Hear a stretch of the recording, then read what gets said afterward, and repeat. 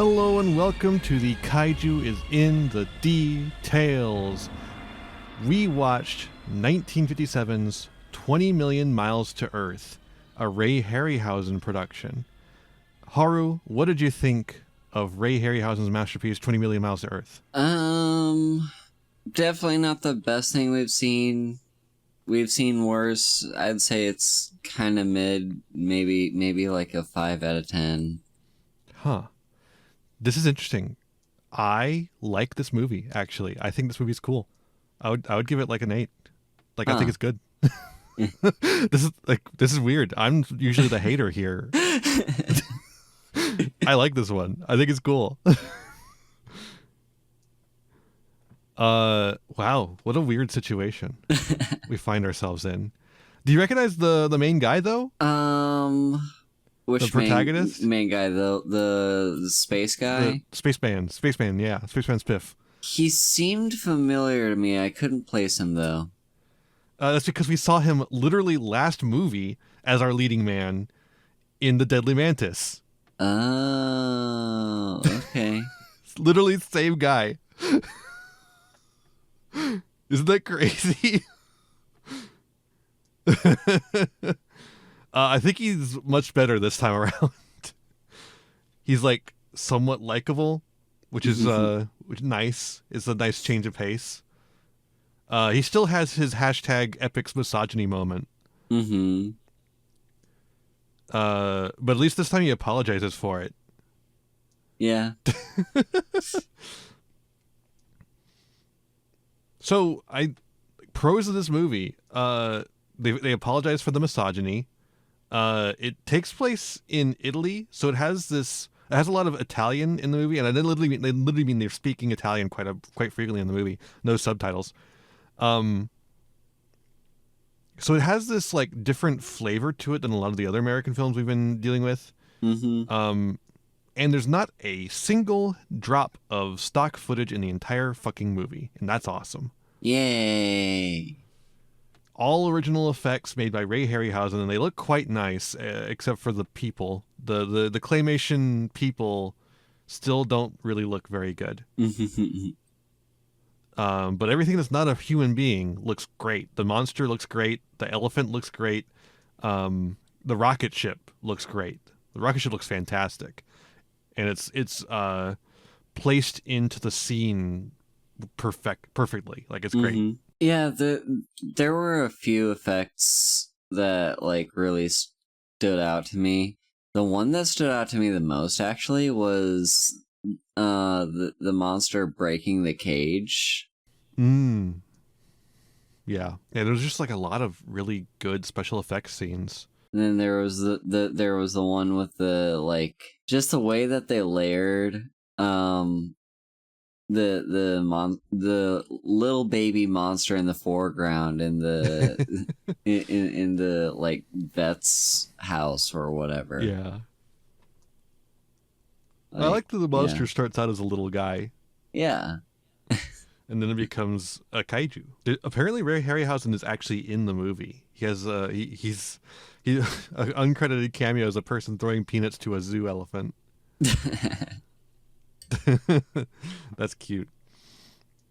So the monster's name is Ymir. Ymir. They don't talk about it at all in the movie, but it does have a name apparently, and they removed all reference to the name. Its name is Ymir. I don't know why. Well, according to Wikipedia, it says it would be they were afraid it would be confused with the Arabic title Emir. Which when I say title, I don't mean like the title of a movie or anything. I mean like literally a title. Yeah, like Sir or Duke or whatever. Like But I think that's a really stupid thing to assume a 1957 audience would go to. Yeah.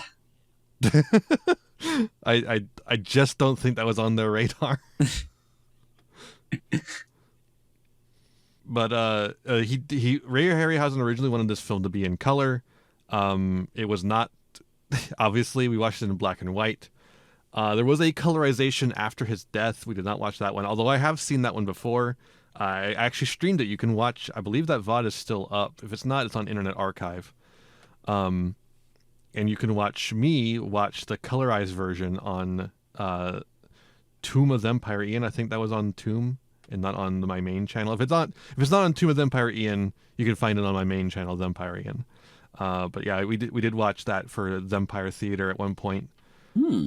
It's I that's why I was like excited. I was like, oh yeah, no, this time we're actually gonna have a decent film. It's and it's not the best film, certainly. But I think it's a fun time. I think all the cast is pretty decent. Our leading man is kind of the only one that's kind of meh. And even then, he's pretty animated. I was never hurt. My problem with him was never that he wasn't animated, right? It was that he was too animated in some ways. Yeah. But I think he kind of pulls it back a little bit for this one. But like a lot of the Italian actors are really fun. Joan Taylor, who plays Marissa Leonardo, is it's fun. I like Dr. Leonardo, the funny doctor, the funny what's his veterinarian. Oh, he was apparently in Casablanca as a Moroccan rug merchant. Oh no. I wonder what was on his face when he played that role. God, yeah.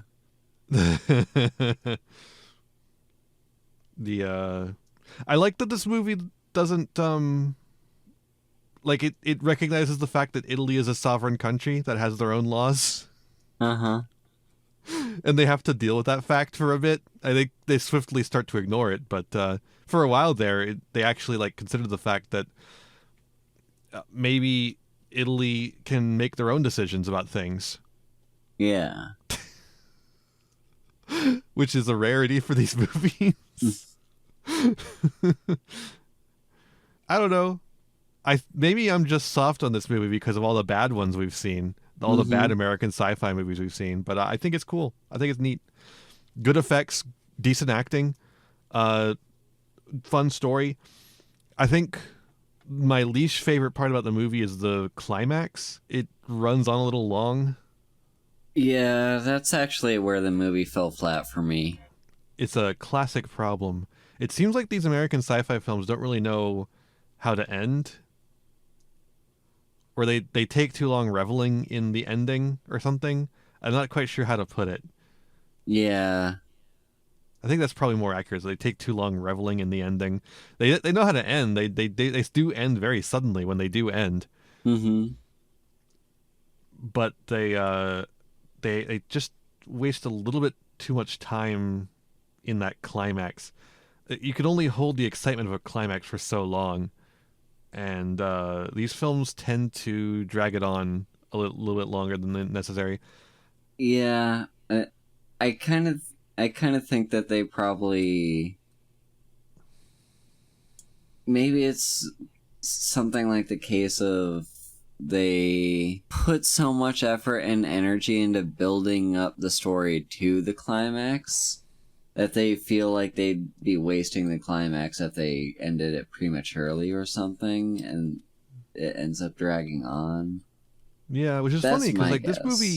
this movie is kind of non-stop action.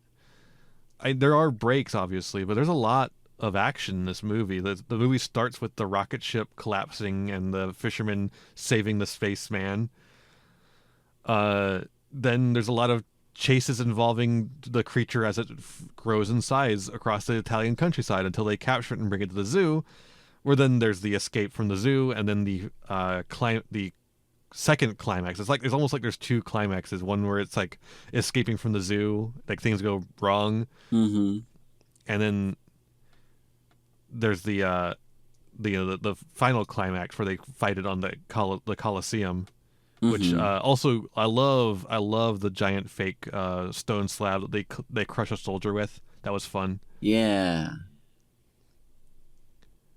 I think if you're thinking about this movie in the terms of like a 3-act structure, there's like basically no falling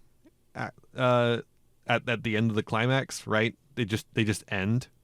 Like a lot of these movies, like I said, they just end. Yeah. So there's no falling part of the movie after the climax. Mm-hmm. And there's not really like much time for this like second act, like going into the third act, right?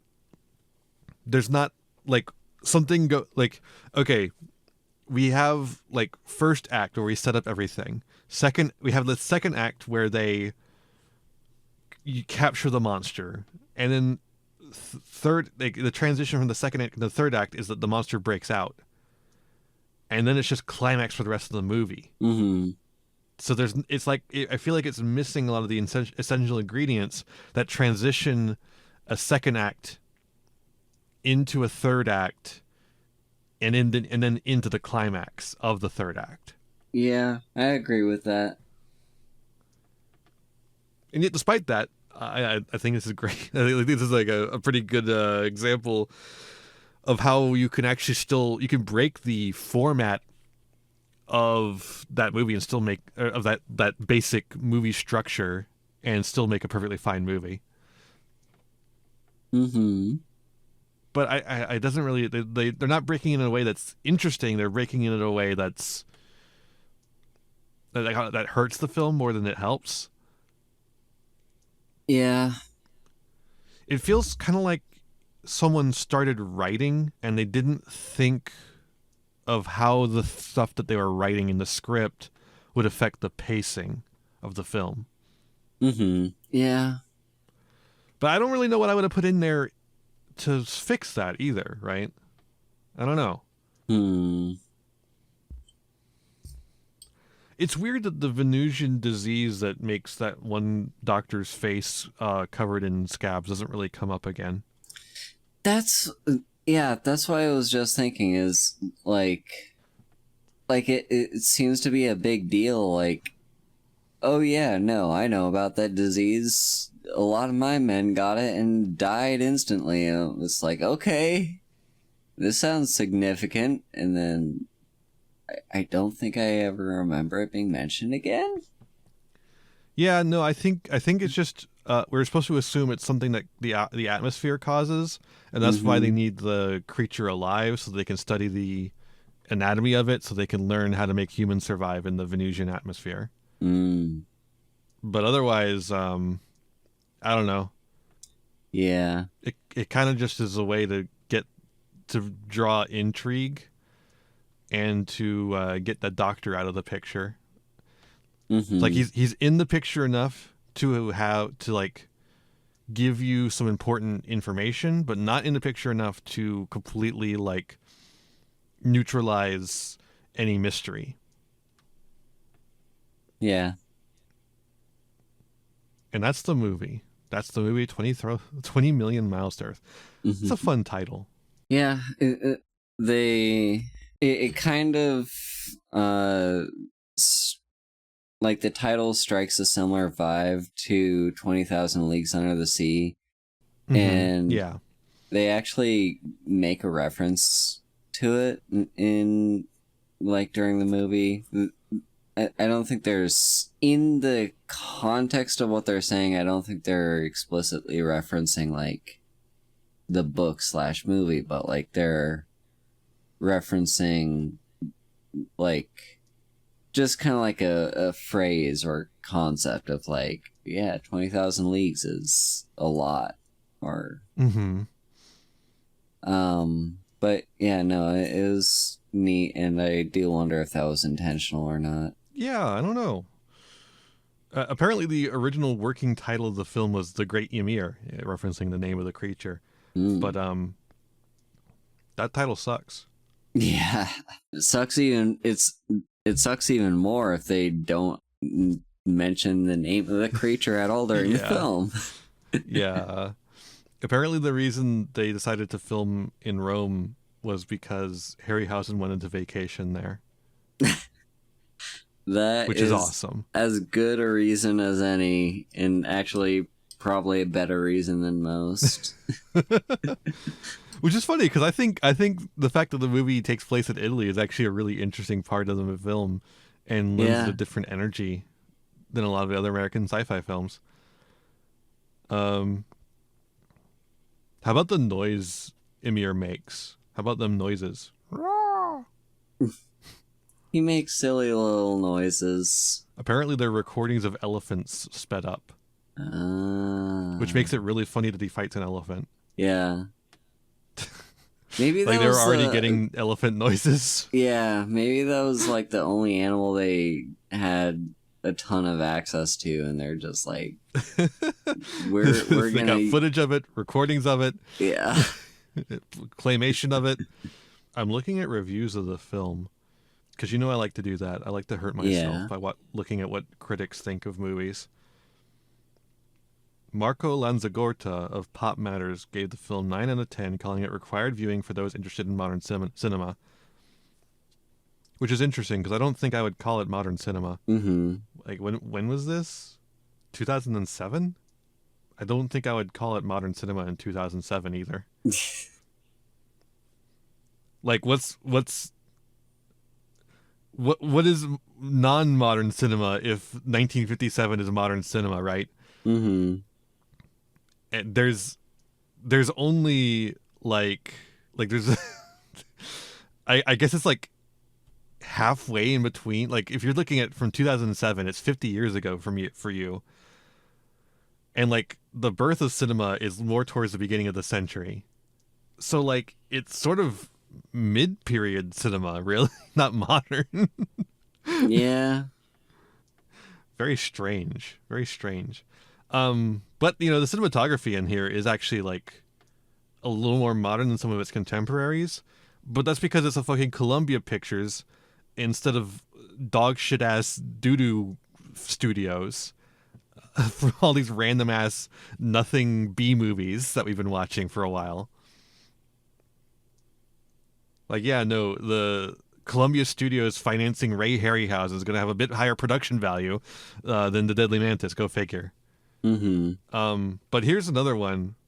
Someone from Time Out wrote, and they aren't credited for some reason. Awesome. Don't worry about the dotty script or cardboard performances. Just sit back and watch this gelatinous blob in action. Now, one, cardboard performances, and two, gelatinous blob. Are they talking about the Blob? And they just Yeah, I think did they watch the wrong movie? I don't know. Maybe they're just trying to reference the egg sack. Maybe. Like The egg sack looks great. yeah. The egg sack looks like a giant frog's egg. It's awesome. Like somewhere between a frog's egg and a shark mermaid purse. It was definitely the sort of thing where I was just like, God, I would not touch that with a 10-foot pole. And It looks like it has bad texture. and why the fuck is the kid taking it out of the container? To sell it so you can get the American Texas cowboy hat. Yeah. I love this kid, and This kid is awesome, dude. I love his obsession with Texas. The Texas cowboy. Unironically, probably the best character in the movie. He's 500,000 lira, enough to get the American Texas cowboy horse.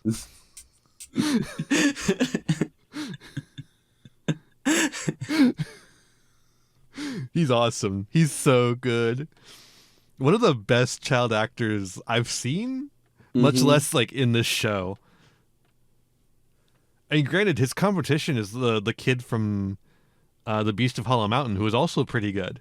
Yeah. So, like, I don't think we've had any other child actors yet, right? Hmm. Yeah, I think that's the only two.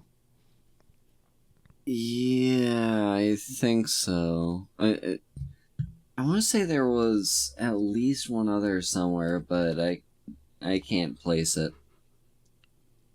Yeah, maybe. I don't know. I only remember those two, though. Mm-hmm. We're gonna have a lot more in the future, but we're gonna have to wait until I think like at least the 60s, if not the 70s. I can't believe they didn't have kids in the late 1950s. Yep, they didn't invent them yet. Apparently, there's some minor differences in the colorized version of the film, but it's like pointless bullshit. So the black and white version begins with a fishing village in Sicily, which is the fictional town of Gera, and then in the colorized version, it says Sperlonga instead for some reason. Why did they change it? I don't know.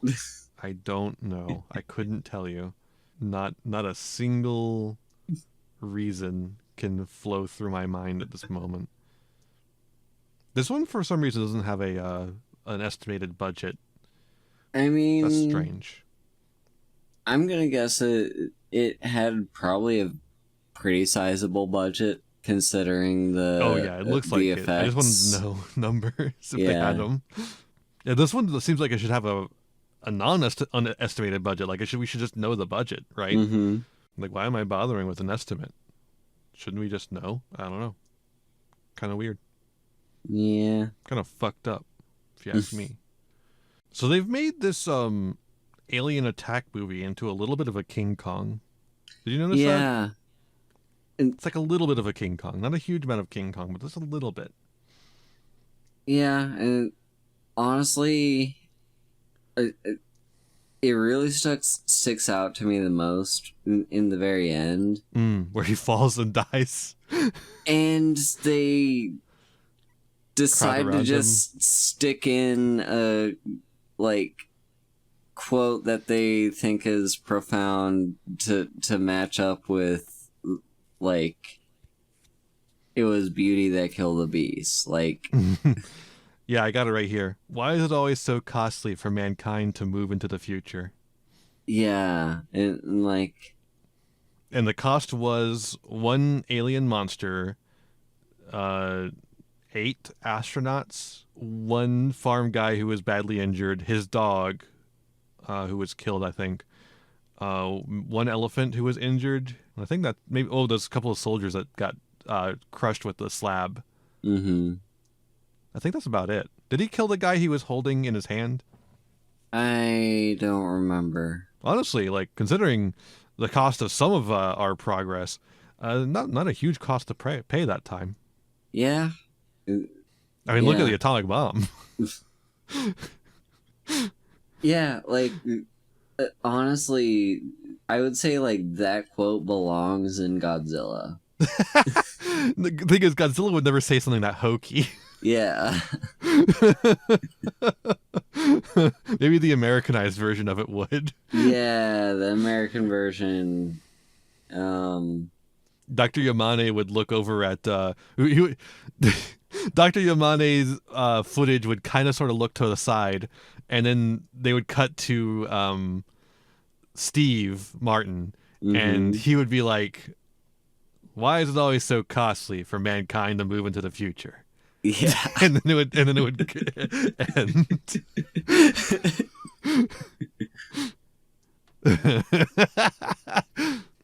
Yeah, it is really kind of just a cheesy line, but like, I guess that's kind of the central theme to the movie. I don't know, like.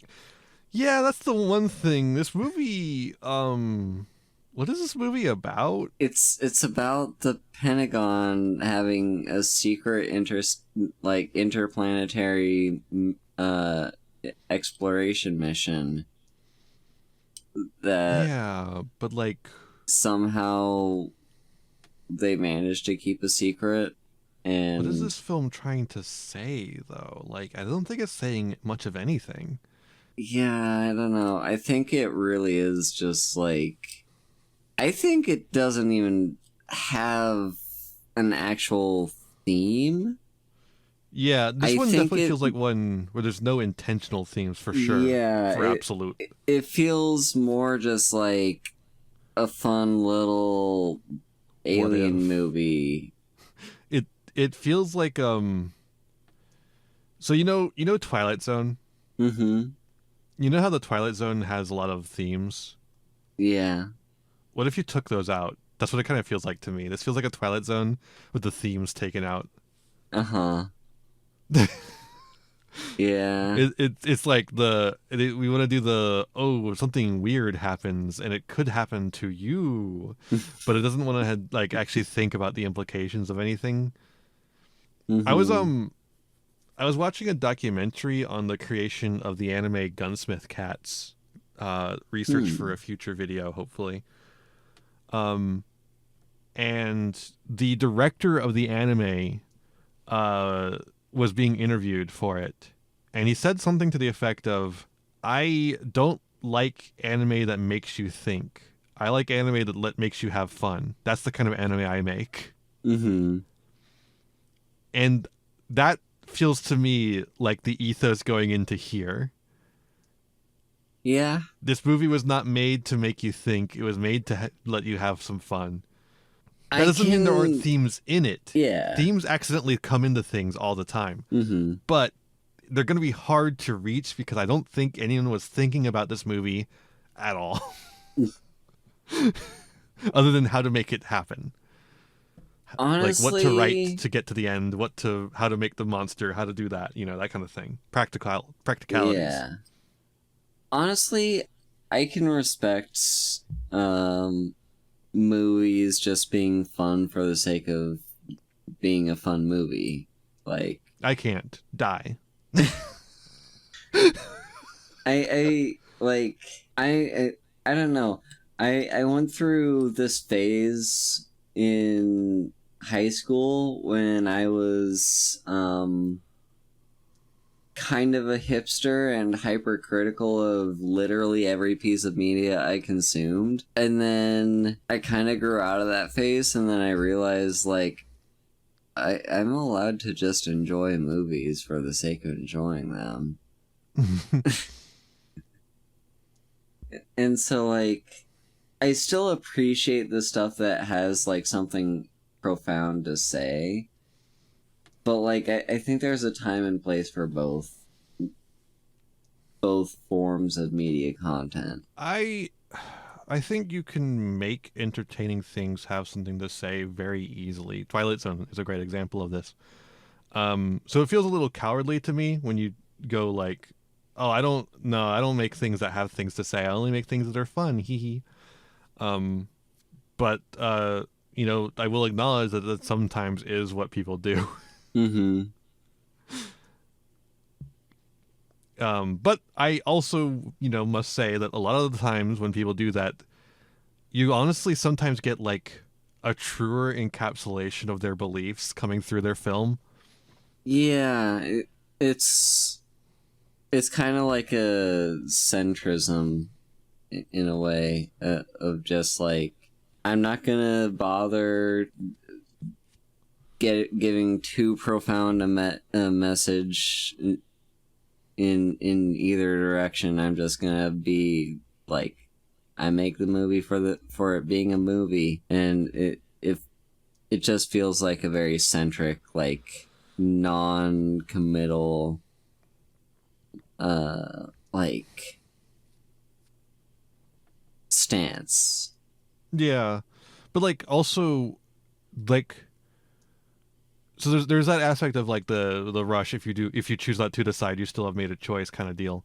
Mm-hmm. But there's also just like if you're the type of person who makes art but doesn't want to think about the implications of it, quite frequently I think that makes like your genuine beliefs come through very clearly in your work because you aren't thinking about any of the implications, right?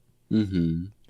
Um I think Gunsmith Cats is a pretty good example of this. Like I wouldn't call Gunsmith Cats necessarily like a centrist kind of movie, but it very clearly like illustrates exactly what Japanese people think of Chicago, America in the 90s. Mm-hmm. This is this crime riddled place where the biggest issue is a a guy trying like who's doing gun smuggling, but is also trying to ban guns so that he can control the underworld. That definitely sounds like Chicago. He's trying to become the mayor of Chicago, and he's doing gun smuggling, and also he's trying to do a ban on guns. He's using the gun smuggling to like boost his campaign so he can win election. But also he's doing the gun smuggling himself. And he's controlling the criminal underworld of the city and like hiring assassins and shit.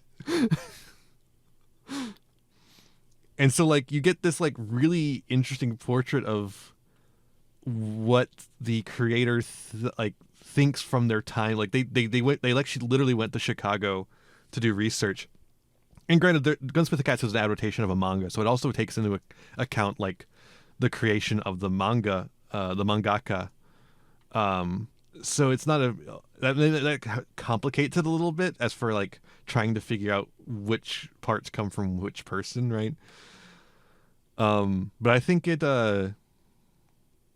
you can see a lot of Japanese perspective on American culture in Gunsmith Cats that I think a show like Cowboy Bebop that's more about themes wouldn't necessarily show.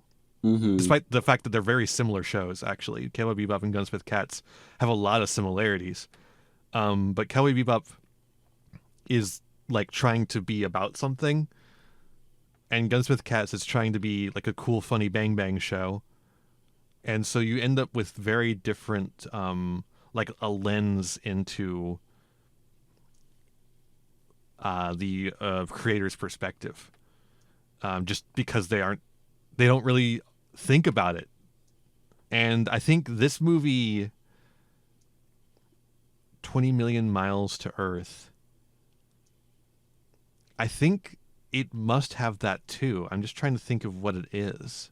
I think it's hard to pull out sometimes, right? Because it's not fully formed. It is just pure, unfiltered, uncut stream of consciousness perspective. Yeah. I mean, hell, the fact it's made in again, the fact it's made in Italy and it takes place in Italy is not like a choice of like, oh no, this story needs to be told in Italy. It's a fact. It's just like Harryhausen wanted to vacation in Italy. It is a location of convenience, and yet the movie is so Italian. Although it is very American as well. But there's a lot of Italy in this movie. A lot of Italian actors in this movie, like not just people pretending to be Italian, like actual Italian actors. And I think that's interesting. I'm just like, I'm not sure where to pull out the meaning from this. Yeah. I mean, there's definitely this like perspective of like, despite the fact that we do have this like Italian sovereignty, there's definitely this like American military, or I guess an American exceptionalism of a kind. Like they have to respect the Italian sovereignty, but that's because they're the good guys, so they respect the sovereignty. Of course they do, but their way is right always. It's like even though their capture of the monster eventually fucks up, the movie never criticizes them for fucking up. And the monster, the failure of the monster capture seems to have been inevitable. The amount of electricity that they were putting into the monster eventually just broke the circuits. So it was inevitable that the monster would become free. And yet, the movie never really criticizes that. It's just something that happens. It feels like it's more the monster's fault than anyone else's fault. Yeah. It's like, meanwhile, if the Italian guy had been able to kill the thing, could have saved some soldiers' lives and the elephant. But again, this is a very low harm movie. There's not a huge body count here. So it's hard to be like, oh man, if only they hadn't done that, then we could have saved so many lives. It's like, yeah, no, one guy got scared, we killed a couple soldiers, and an elephant got harmed. Yeah. But the elephant was made out of clay, so who cares? Well, you got anything, Haru? I don't know. I'm trying to think. We talked about the kid. We talked about the animation. Oh, you know, something about the animation. Harryhausen's still not good with cars. cars still look kind of naff when he does them. They turn into Play-Doh as soon as they have to be destroyed. Yeah, I guess just the other thing I wanted to touch on was just like the casual sexism of the astronaut guy. Yeah. It's toned down from Deadly Mantis. So it feels is like way. But man, is it still there? Like it is by far not the most sexist movie we've seen. But just like his general, like, I guess kind of teasing her, like, okay, almost doctor. So weird. It's really just weird. And then didn't they end up together at the end of the movie? I mean, they were flirting at the zoo, but the film never really comes back to any of the characters once it starts the fucking climax. So the climax just kind of ends the movie. Again, there's no falling action whatsoever. Yeah. I'm trying to think of if there was anything else. I've got some little notes I can go over. Sure. Let's just finish up the rest of my notes here. I didn't actually take a whole lot this time because I'd seen this movie before, so I didn't need them so much. There was a random Japanese scientist involved in the study of the creature. I don't know why, but that's kind of neat. Interesting little tidbit. Very strange, though, that he doesn't show his face very often. Most of the time, he's facing away from the camera. I don't know why they decided to do that. It's not like they're hiding the fact that he's Japanese. He's got a very thick accent and everything. It's very strange. I don't know why, but it is interesting. Yeah. There's a weird line when they get all the reporters in to look at the creature, and then they all go to the phones all at once to try and call their respective papers and tell them the scoop. One of them comes up to a phone and he can't get through or something, and then another reporter comes up and says, "Sorry, Johnny boy, my line." And the other guy like skulks away. What? Huh? How? Yeah. How did that guy get there later and it was his line? What? I don't get that one. I didn't get that at all. I don't know what's going on there. Very strange. And then he like lounges over the phone like, "Arr." Maybe it's very weird. Maybe it's a punchline for someone familiar with life in the 50s. Yeah, I guess. Maybe. Very cool that they got real tanks. They got real tanks to film this movie, and they actually had the actors riding in the tanks. No stock footage. I wonder how they got the tanks, because they're just like some old Shermans, but at that point, old Shermans were still relatively new. Like, did they get them from military surplus somehow, or were they like? Is that why the military is never blamed for any of this? Were they working with the U.S. military to get those tanks? I don't know. Maybe. But then the tanks shoot out flamethrowers from their turrets. Now there are such things as flamethrower tanks, but I don't think they come out of the normal tank turrets. I think they come out of flamethrowers. I don't think they come out of the tank turret. That's a little silly. That's where the cannon comes out. That's the cannon. That's where the shells come out. Come on. Come on. What if you replace the shells with the flamethrower? I don't think that's how it works. Also, why are there Sherman tanks? Did they launch a bunch of? I mean, maybe it's occupation. Because it is still like 1950s Italy. Maybe they could still have occupation troops there. But it wouldn't have been much cooler if they had a bunch of tankettes come through. Tankettes had flamethrowers equipped. Like, some of the tankettes actually had flamethrowers equipped. It would have been perfect. And the bridge destruction scene is really good. The creature destroying the bridge. I like the way like, despite the fact that his stop motion animation clay doesn't really replicate cars very well, it replicates stonework pretty well which seems strange to me. It seems like if you made the cars look more like stonework, that would work better. But I don't know. I guess cars do crumple in a specific like way that's different from stone. But like I don't know. Anything to make them not look like Play-Doh.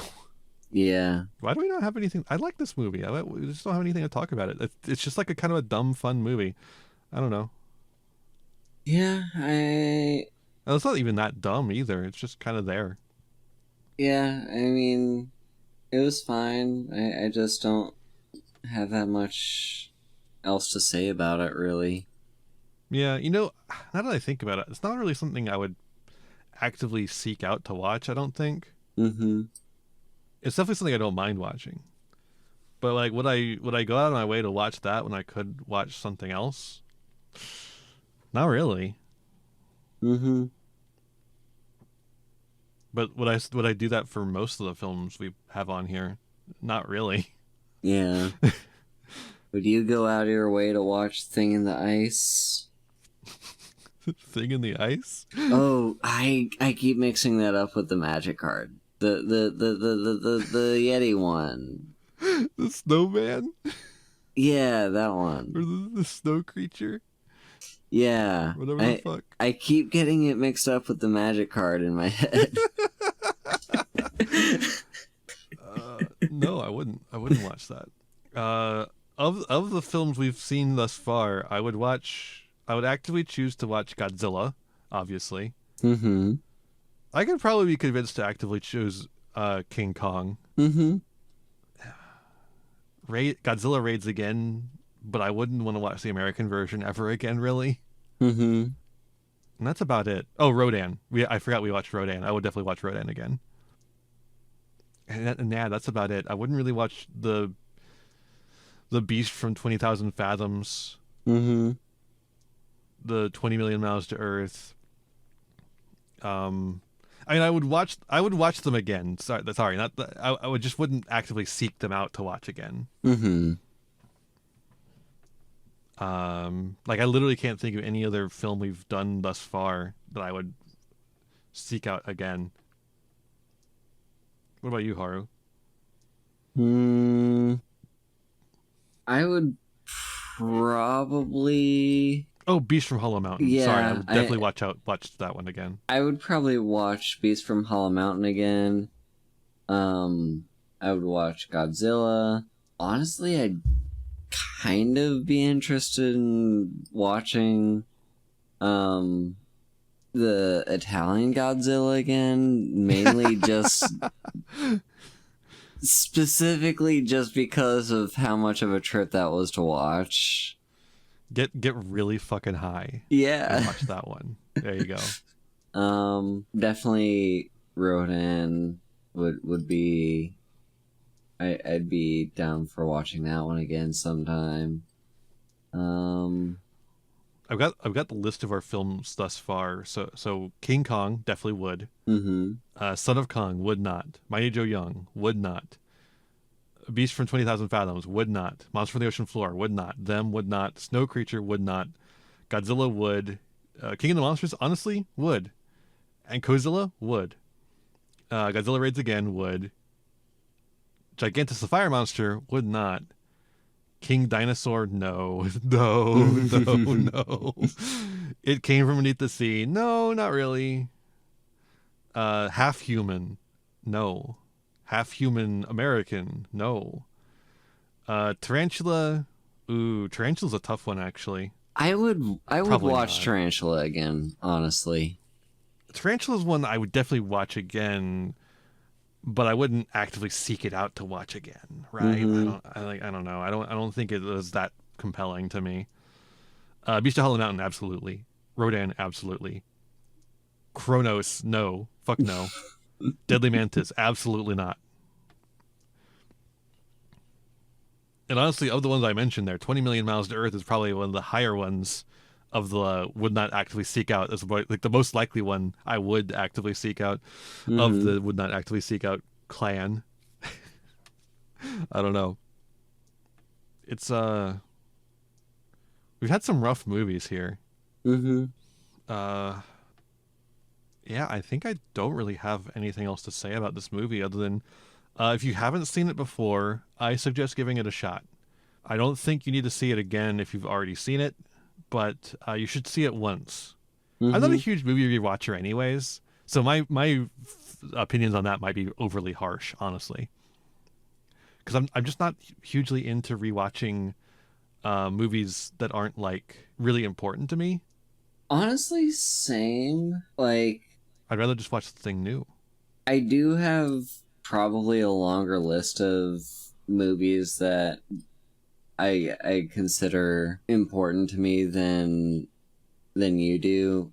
Like, I have a handful. Like, probably I can count on maybe one hand, maybe two. Um, like my top movies of all time that I would rewatch in a heartbeat every single time. But outside of that, I've still got like, you know, a solid amount of movies that I would very much willingly rewatch just for entertainment on, like, you know, a day where I'm feeling sick, or like maybe it's raining outside and I just want to like cuddle up on the couch and watch something I'm familiar with. So like I do have a pattern of rewatching things a lot more probably than you do, but like Mm. I still have, like, it really depends on my mood. Yeah. I so I have like to this point I've seen basically every Godzilla film so many times where I don't really need to watch them anymore. They've become things I can have on in the background. And Mm-hmm. I did for a while when when Tokusatsu had a 24/7 stream of Godzilla movies on YouTube and such. I would actually just do that. They have it back now. If you do want to watch those movies, I would highly suggest it. But I created my own. I've downloaded a lot of the movies and just have access to them. Hmm. I have my Blu-ray collection obviously as well. But the Blu-ray collection is just a little bit harder to like. I had to go and grab the Blu-ray and put a disc Yeah. in, and then all that. Um,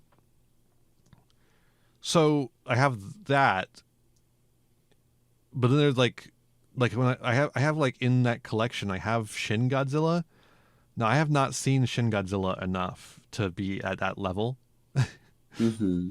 So when Shin Godzilla comes on in that collection there, I fucking sit down and watch it instead of doing the thing I was supposed to be doing. Um, it's a very compelling film. I can't wait to get to it. And like, if a movie would have to be that level of compelling to get me to actively seek it out, because even like I don't actively seek out like even Shin Godzilla really. Only reason I watched it again recently is because I had it on that playlist, right? Mm-hmm. So to get me to actively seek it out, it has to be something that is in like either has to be something I've seen 10 million times and can easily just have on in the background while I do something, or it has to be like transcendental. So all that to say, my idea on what makes a film rewatchable might be a little skewed. Mm-hmm. But definitely, I'd say give this movie a shot, absolutely. And you can watch the colorized version. I've seen it before. There's not much different. It holds up pretty well in color as well. Like nothing about it looks worse in color than it did in black and white, which is interesting. Actually, speaking on that, I recently found like footage of Godzilla 1954 that was colorized. Not the Godzilla colorization though. This was a official colorization by Toho. Huh. I think for the 70th anniversary, maybe for one of the anniversaries of Godzilla. Maybe it was the 60th. They didn't fully colorize the movie. They just did a couple of scenes colorized. And you know how I always say that Godzilla is benefited by the black and white? Mm-hmm. I no longer believe this. Their colorization, which is like more of an accurate colorization, not like the fucking Godzilla Technicolor Dreamscape. Mm-hmm. It looks fantastic. Everything looks great. Like the effects are not hampered in any way. It's just a good fucking movie. Nice. Granted, a lot of the scenes where the monster is there are still like in the night, so there's still like a lot of black and red instead of like more vibrant colors that might reveal things. But you know, Mm-hmm. so yeah, like I said, black or white, black and white or color, either way, it's a good movie. You should watch it. Give it a shot. You might like it. You might not. It's easier to find the color version, weirdly enough. Hmm. It took me a while to find a black and white version of the film. But here at the Kaijus and the Details, we're trying to get the most accurate temporal representation of the film that we can.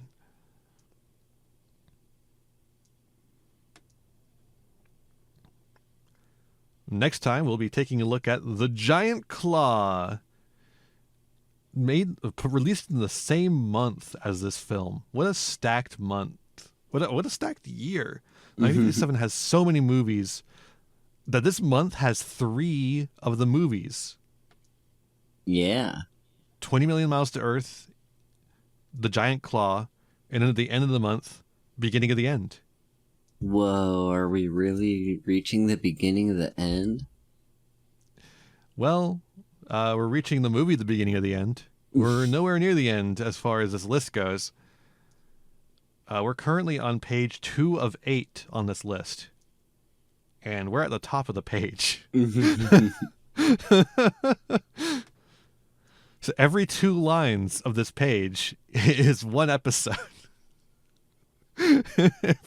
Every 2 lines on this page is 3 hours of work and 2 weeks of waiting. Isn't that crazy?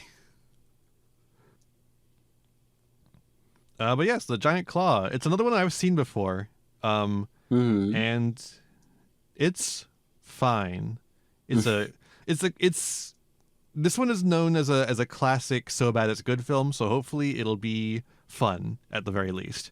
It's been a long time since I've seen it, actually. I'm looking forward to seeing that bird ass thing again. You're gonna love it. You're gonna love the way this monster looks. I guarantee it. Stupid. All right. Thanks so much for listening to this podcast, The Kaijus and the Details, found wherever codcasts, you know, wherever podcasts are found. You can tell your friends about it, and they can get it wherever the heck they want, and that'll help the show grow. How do you get people to listen to a show? You tell them about it, don't you know? And if you don't tell them about it, it'll die. So if you like this show, you should tell people about it. Haru, where can people find you? I am Haru Hayes. You can find me on Twitch. You can find me on Blue Sky at haru.vspire.live. And you can find me on Discord. I'm currently... So I took a little bit of a break from streaming this past week. But I am still currently a part of the VTubers Against Ice campaign, so probably in a little bit I'll be doing some more streams with trying to fundraise for that and raise money for the ACLU. Hell yeah. And I am Thempire Ian, vampire VTuber and card game extraordinaire. You can find my main channel, Thempire Ian, where I post Yu-Gi-Oh! Videos and video essays of 2 strangely eclectic things to have on the same channel. We'll see how that goes as I release my new video essay on Godzilla vs. Evangelion, coming soon, hopefully. You can also find my Let's Play / VOD channel, Tomb of Thempire Ian, where you can maybe find me watching this very movie live on stream, or at least the VOD of that happening. And you know, any other VODs of the movie streams. I should do a movie stream in the near future. I haven't done one of those in a bit. And of course, you can go to Thempod Ian and find this very podcast. and any others that might be there. You can also go to Yuri Riot, where I'm going to be releasing music soon. Keep an eye out for July 31st. You're going to love it. All right, with that said, I think we're ready to head out. Let's say sayonara to Ymir, whose name was never used in the movie. I have to reinforce that. Never use that name in the damn movie. But he's got a name, and it's Ymir. You ready to say goodbye? Yep. Sayonara, Ymir. Sayonara, Ymir. They didn't use the name in the movie. What the fuck? Why even name it?